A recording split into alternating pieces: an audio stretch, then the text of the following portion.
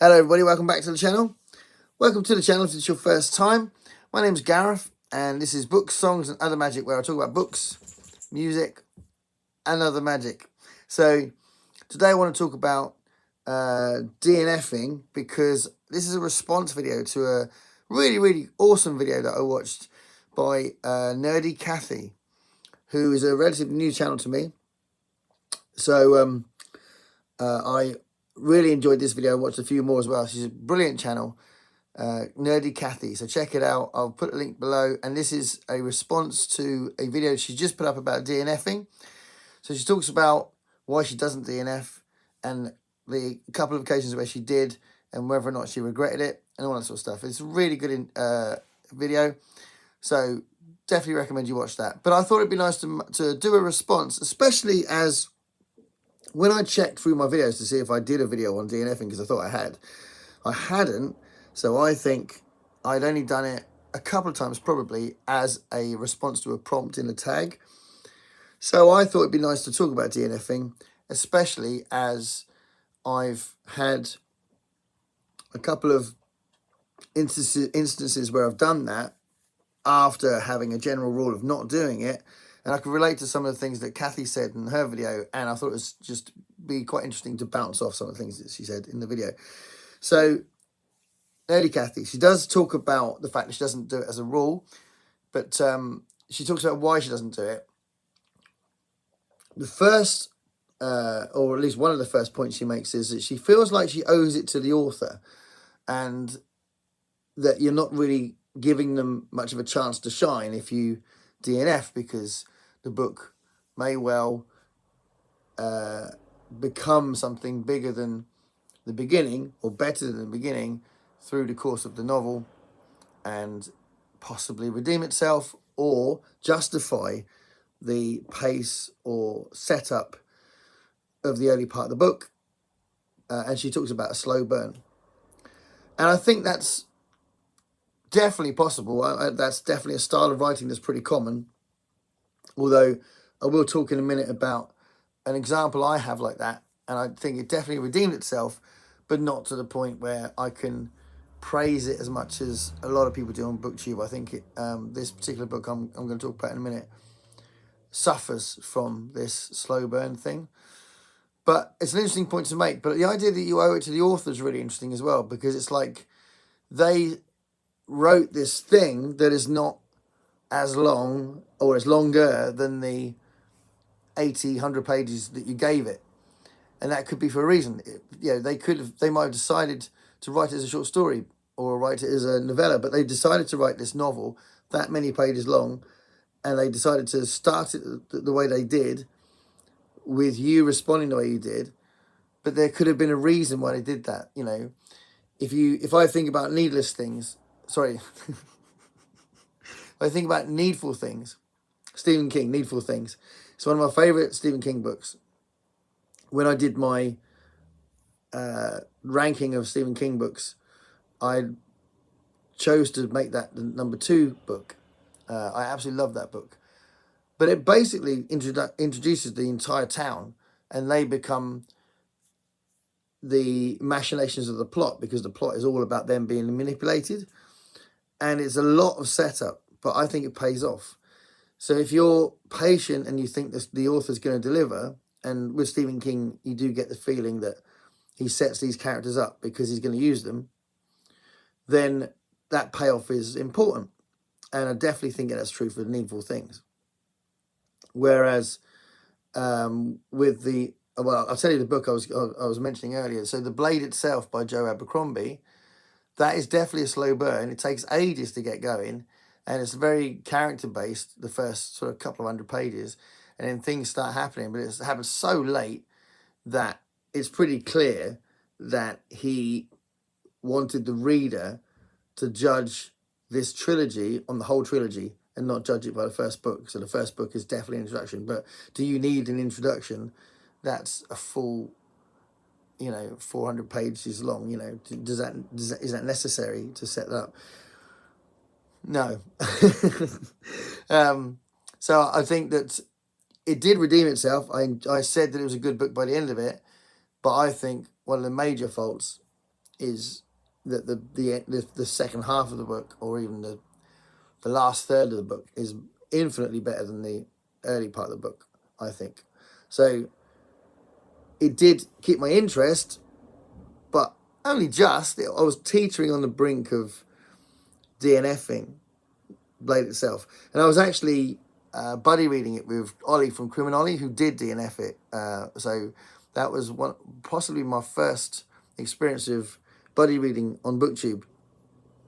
And I was expecting him to just rattle ahead and read it faster than I would, because I'm a much slower reader than he is.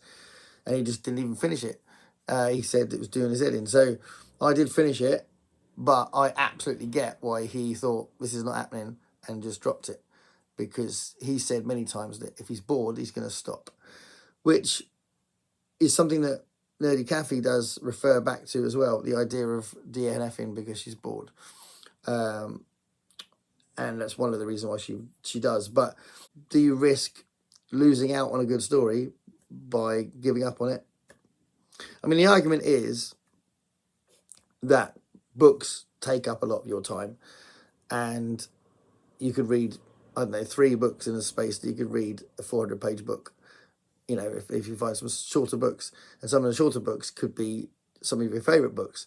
So length doesn't necessarily mean quality. It doesn't necessarily mean a lack of quality, but it doesn't mean quality. So you could, reading a book takes longer than a lot of other forms of entertainment. So that time that you're investing in it, there's even more reason for it to be worthwhile, because there's a lot of time you're putting into it. So I do think that's something to juggle with as well. So I do get why people think, no, that's not happening, and just move on and find another book. I absolutely get it. But the idea that you owe it to the author is an interesting one, I think, and maybe you owe it to the story. Another point that Kathy makes, she says that she bought it. So because she bought it, it's like, I'm going to read this because I bought it. And I get that. It's like you want to have that value for money, and you made the effort to buy it, and it's sitting in your shelves. And I think it's also not just that you bought it, because sometimes I think you want that payoff for thinking about reading it for a long time. I mean, sometimes I would have had a book on my shelves for years, and all that time thinking about reading it, and then you read 50 pages and stop. That seems like such a massive anticlimax. So I think that's another reason to put the time into it. If it's been sitting in your shelves for a long time and you've thought about reading for a long time, it seems like that warrants a longer effort in giving it a go and giving it that chance, to me. So I think that's an interesting thing. So yeah, I wrote down that Kathy said that she was bored. If she DNF something, it would be because she's bored by it. And I think, for me, the reason to DNF is if it's actually preventing you from reading. Because if you really don't want to pick that book up, and that's the book you're currently reading, you could slip into a reading slump. That's usually the result of the cause of a reading slump. Usually, if you're reading something you don't like and you just don't want to pick it up, and you end up just not reading for a while. So that's usually when I DNF, because I can feel it coming. I think, nope, got to get something that gets me back reading or keeps me reading. I think that's quite an important thing. So that's usually when I DNF. I'll give you a few examples of DNFing. Sorry, my throat's a bit bad today. I did 3 gigs this week, and I haven't recovered. My throat hasn't come back yet.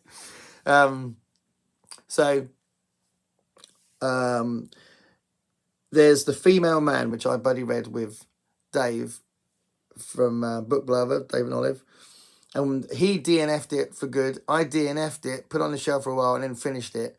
And again, see that thing about, like I said with The Blade itself, that it may have redeemed itself, but it's still got this central fault in the book. Thing with The Female Man, I absolutely get why it's celebrated, and it has some great points to make, really good feminist points to make sometimes in the book. But the way it's written is, I found, deeply irritating. But there were some choice phrases in the book that were really cool, and some interesting observations.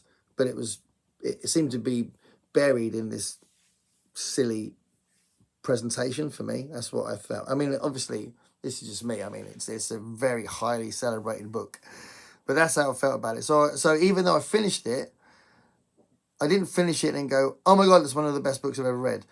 And maybe that's the thing, that if you pick up a book that you've DNF'd, maybe that's not really likely to become one of your favourite books, but you're going to read it just out of satisfaction for knowing what you actually think about the book.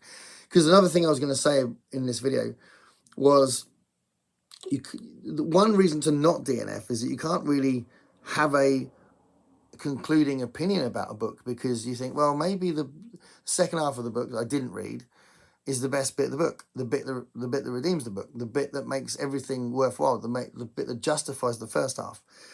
And without reading that, you can't really say, if someone says, oh, have you read blah, blah, blah? And you go, well, I read a bit of it, but I don't know, I can't really have an opinion because I didn't finish it. So, it's part of the experience of reading something so that you completely digest it, have an opinion about it, share that conversation, join the discussion about it in the world, if it comes up in conversation, all that sort of stuff. You're kind of just halting that by just stopping.